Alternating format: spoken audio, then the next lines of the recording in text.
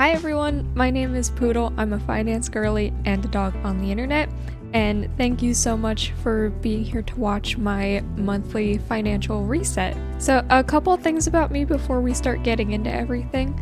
I am 27. I live in Philadelphia and I work in finance. My salary is $57,000, and I have a few side hustles which I'll get into later when I talk about my income and where all my income came from. So this is my September financial reset. So we're going to be talking about my income and my spending for August. I'm not going to be talking about my investing or anything like that in this video. That will be in my next video where I completely go over all of my investments, what I invested in August, and my net worth and everything like that will be in my investing video coming up soon. So let's just get right into my finance tracker Notion template. If you're interested in this template, I'll leave a link in the description to my Etsy store, and let me know what you think of it. I'm really curious to see what everyone has to say about it. So for right now, we're just gonna skip the net worth section. I'm gonna go over everything about that in my investing video that will be out next.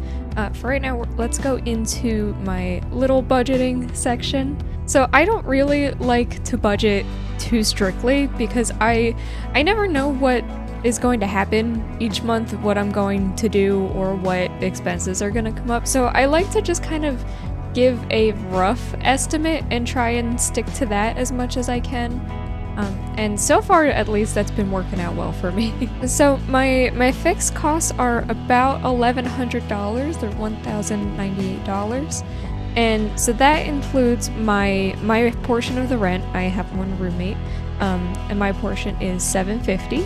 So I budget $100 for utilities, but it really varies. So earlier in the summer when it was really hot, this was a little bit higher because of the AC, but I'm expecting for like this next month where it's been about 70, 75 every day, for this to be a little bit lower. So I just kind of budget that and it kind of evens out with some other things. I pay $25 for the gym.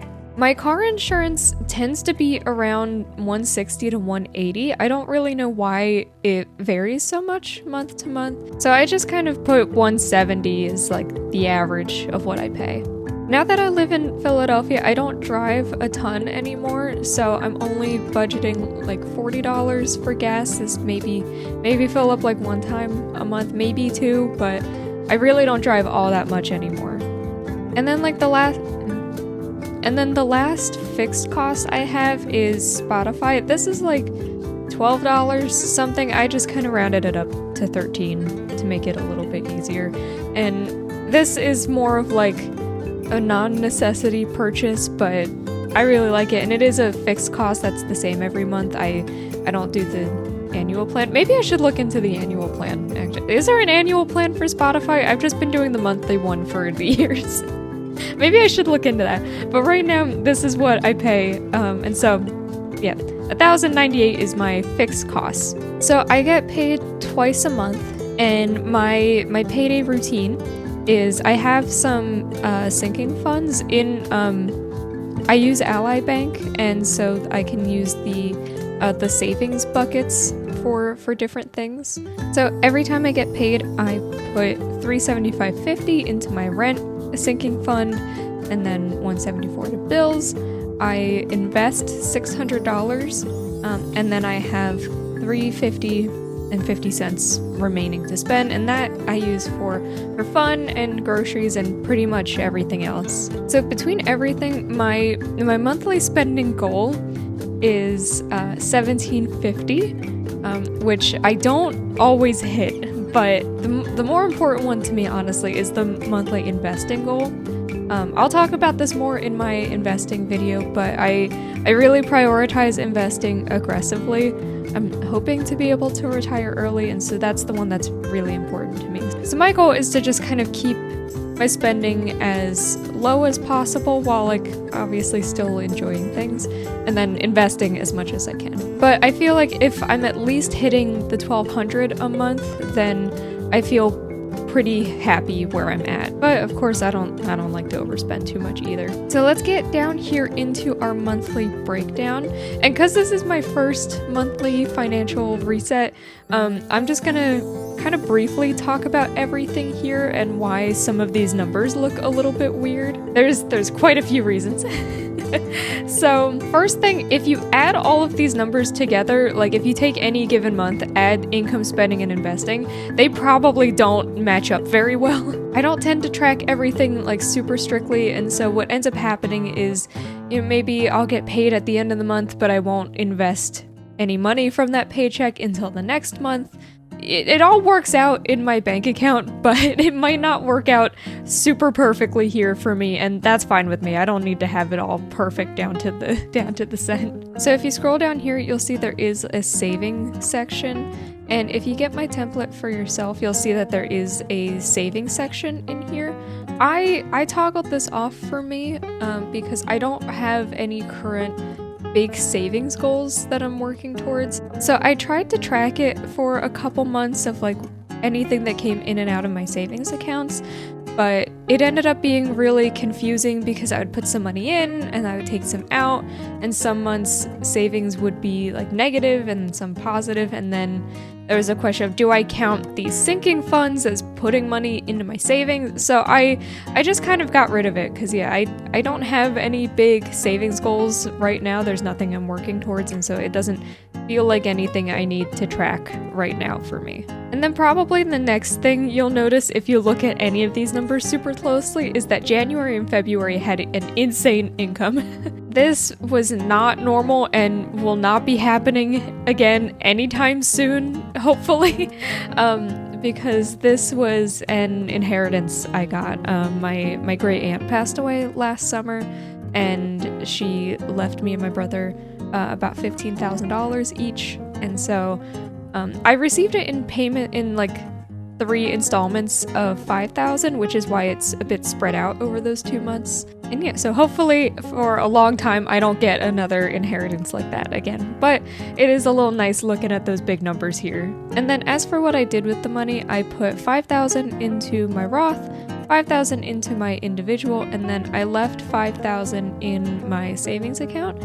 So I decided to leave some of the money in my savings account because I was looking to move out around that time, like end of winter, early spring was when I was looking at apartments with my roommate, and you'll see March and April my spending goes way up. That's when I paid my deposit, bought furniture, and so having an emergency fund was really important to me when now looking to move out. Up until then, I had been living with my parents, so I had to buy new furniture. I didn't really have much furniture to bring with me, so I did a couple IKEA runs.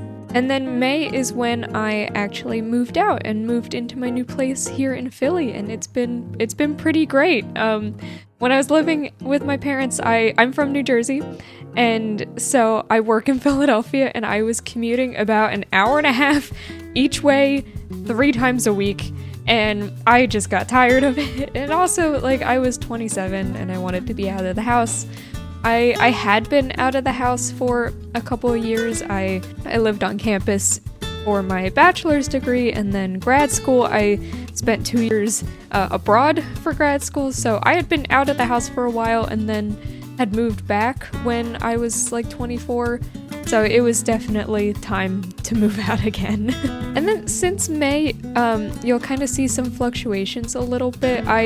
It was just me kind of getting used to living on my own, paying bills again, and figuring it all out. But I feel like I'm at a point now where everything's really stabilized. I'm more set here in a bit of a routine. I've stopped needing to like buy things for the house, and so yeah, I feel like things are at a good place now with my spending and my income and stuff. Okay, so here I've made a little graph of my income for August. I made $4,493.31 from my job, and then I made $201.62 from my side hustles, and then $24.71 from interest from my high yield savings account. So my total income for the month was $4,719.64, which is absolutely crazy. That is not a normal number for me, but it really was very exciting. So to start explaining some of this, this is not a normal amount that I usually get from my job or my total income for the month. August was a 3 paycheck month for me, so there is definitely a lot extra. I get about $1,500 every 2 weeks, so about $3,000 is my normal, and so this was just an extra one on top of that, which was pretty crazy. So for my side hustles, I thought I would explain a little bit the breakdown and what I do for side hustles. So I made $101.62 from Instagram. I have a couple of Instagram accounts that I run that make me a little bit of money. So I'm not gonna say my exact account names or what niche I'm in or anything, but essentially I repost things that people post, and sometimes if they want to be on my page, they'll message me and then I'll charge them a little bit, essentially as advertising to get their specific post up on my page. This isn't my specific niche, but imagine if I had an Instagram account where I, let's say, posted like hairstyles or like reposted pictures from hairstylists that they posted on their Instagrams, and with credit, of course. I credit everyone that I repost, and I make it very clear that I am reposting, it's not my own work. And so my page just ends up being kind of like a mood board or inspiration page to find new things and new people on Instagram. And then let's say a hairstylist will message me and say, hey, I'd like my post on your page. They pay for that, and then I put it up there. So that's not my exact niche, but that's essentially how it works. But so I've been doing that for a couple years. I have 3 accounts all in the same niche, and it just makes me a little extra money. It's pretty easy to do. I just post on all of them once a day, check my messages. So it's pretty easy to run, but it has taken a long time to get to the point where I'm at. I think I started doing it in like February or March 2021, something like that, and I didn't start monetizing it until like July or August, somewhere around then. $100 is a little bit low for what my normal is. I usually average around 200 or so, but hey, I'll take anything. It's extra money for pretty easy work, and I enjoy it too. But accounts like those are really hard to monetize because the audience doesn't really want to pay for anything. They just want to look at the pictures you post, which is fine, which I'm perfectly happy with. Any money I get from it is a huge bonus. And then I got $100 from Ally Invest. I use Ally as my normal bank, and a couple months ago they sent me an email or something saying like, hey, if you open up an investment account with us and fund it and leave it open for like 3 months, we'll just give you $100.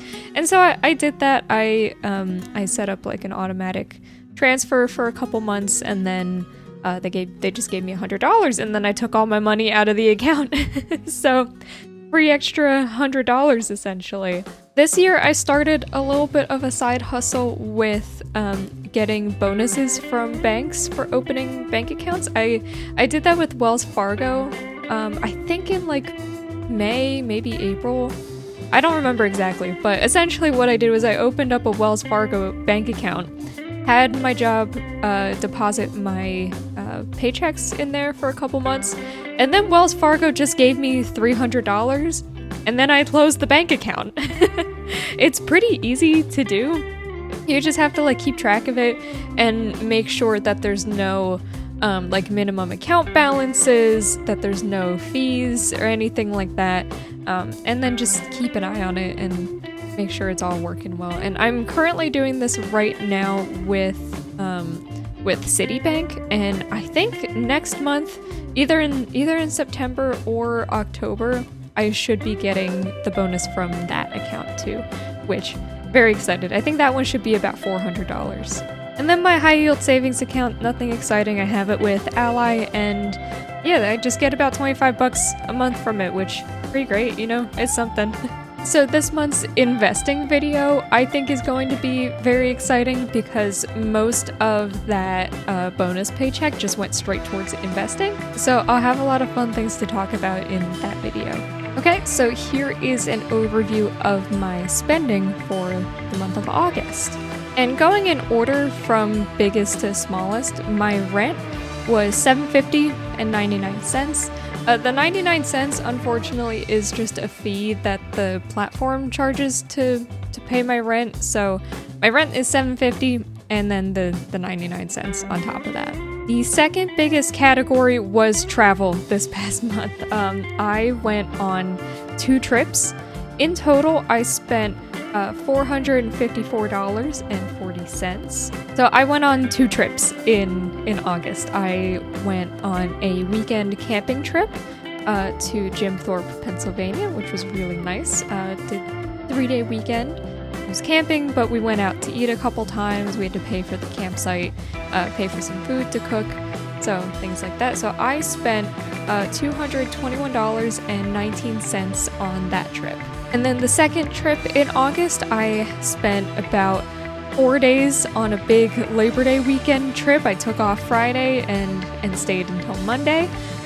My friends and I went to Rehoboth, Delaware for the weekend, which was so fun. It was such a great time.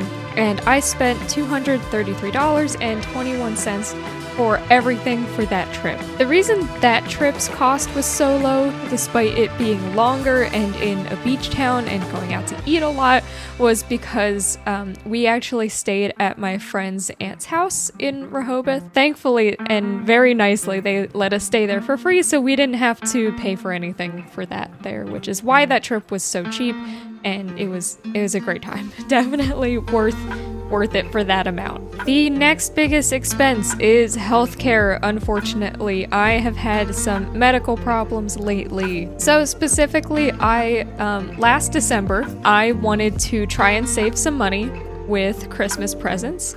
And I know how to knit and crochet. I've been doing that for years, and so I started crocheting really aggressively to try and make as many Christmas presents as I could and spend less money on Christmas presents. And guess what? I came out of that with carpal tunnel. So I crocheted really aggressively, and then my hands started hurting, and honestly, they haven't stopped hurting, and it is like early September now. I am doing better, thankfully, but yeah, still not completely fixed. I'm probably never gonna crochet again of my own choice because it is not worth it. As much as I love crocheting, oh boy, does it ruin your hands. Once I'm feeling even better, hopefully maybe I can get back into some knitting again here and there, but I don't know. I think at least for the foreseeable future, I am done with crocheting. But so these healthcare bills are a mix of I started seeing a doctor in May. I went to an orthopedic, I got an MRI, and then I saw the orthopedic twice, and then I started going to physical therapy. So I went to physical therapy over the summer, and I paid for those sessions like as they happened. Although I've been getting a couple bills from them saying like, oh, you owe like $50 or $20, so I like a little extra, so I've had to pay those. But I've also been getting over the summer the bills from those doctor's visits. They came a little bit later than when I actually went. Hopefully this should go down in the next couple months because these should have been kind of the last of those residual bills. However, I've really been debating going back to the doctor because like my hands still aren't better like completely. They're better than they used to be, but the physical therapy didn't help all that much, honestly. And like I was really diligent with it. I did the exercises 4 times a day for months. Like I really did do the exercises. And so if I do go back to the doctor, each visit was like $170, and the next step that he said if physical therapy didn't really help would be cortisone injections, which I am afraid of how much those would cost. And also that just doesn't sound very fun, getting injected in the hands and wrist. So I'm trying to avoid that. I told myself like if maybe like mid-fall I'm still having like bad wrist pain, then I'll go back. and just deal with it. The pain's not too bad all the time. Like, I'll be feeling good for like a couple weeks, and then I'll do something to strain my hands, and then have like a week where it gets a little worse, and then it'll get better. So I don't know. We'll see. We'll see if it keeps getting better or not, or how this all goes. The next expense is car insurance. I spent $181.28 on car insurance. And the next, eating out, I spent $160.37, and this does not include the eating out I did on my trips. So I should have explained when I was talking about travel, but whenever I go on a little trip, everything I spent during those trips I just put into travel. I don't really care to differentiate what I spent on my trips. The whole thing is just in travel. So this eating out is outside of those trips, which may be a little high, but I don't know. That's what I decided to do. The next is retail shopping was $127.56. I bought clothes a couple of times this month, and I really definitely now do not need any more clothes. So I'm hoping to cut this down a little bit more next month. Groceries, I spent $63.60. This does not include like groceries for the trips, like, or while I was on the trips. This was just like normal other groceries, and this is pretty low for August, but I did a little more grocery shopping in July, and that kind of lasted me. And then also the eating out kind of offsets groceries, of course, more for me than it does for other people, honestly, because I am 4'11", 110 pounds. The other day I got a chicken sandwich and fries, and that was 2 dinners for me. So I don't eat a lot, and I really don't need to eat a lot. So my groceries bill tend to be on the lower side, thankfully. But this was a little bit especially low. Then utilities, I only spent $40. I am wondering if there's more I need to pay.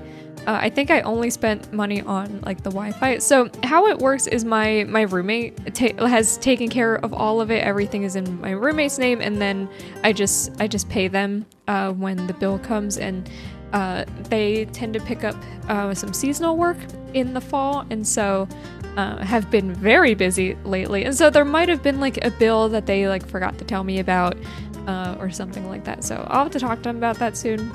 Maybe this number isn't right, and then I'll pay a little extra next month to make up for it. But so that's why that's that low. And then gas, I filled up my car once, so I paid $37.76. And then my gym membership, $25. And that is everything I spent in the month, and the total amount is $2,157.67. So this is above my $1,750 goal, but it's fine. I always tend to go over a little bit, but it tends to work out. I tend to hit my investing goals and things like that, so it's fine by me. As long as I'm like keeping an eye on everything, I'm fine with that. And of course, this was a little more expensive because of my trips. Next month, I am not going on any trips, and so, hopefully.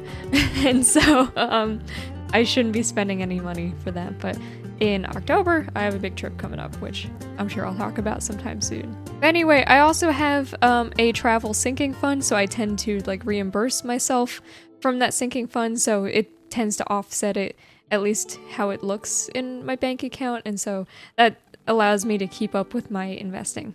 So some other things about this month, I had a couple friends' birthdays, and so that is also why the eating out was a little bit expensive, because we went out to some nice places for their birthdays.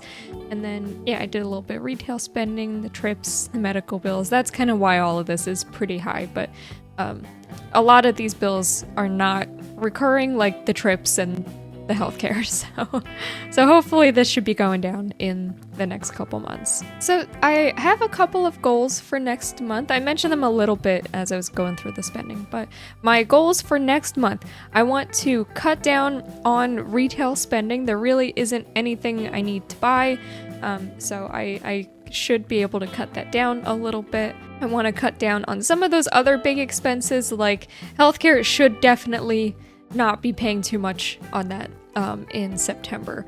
Probably a little bit, but because of those like residual bills I've been getting, but hopefully not $300. And then I also want to cut down eating out a little bit, but it isn't the end of the world. And then another goal I have is I want to put a little bit more money into my sinking fund for my trip in October. That is a bit of a bigger trip, but it is mostly paid for. I paid for the flight and the Airbnb already, so it's mostly just money to have while I'm there. And that about wraps it up for my spending in August. So thank you so much for watching my September financial reset, going over everything for the month of August.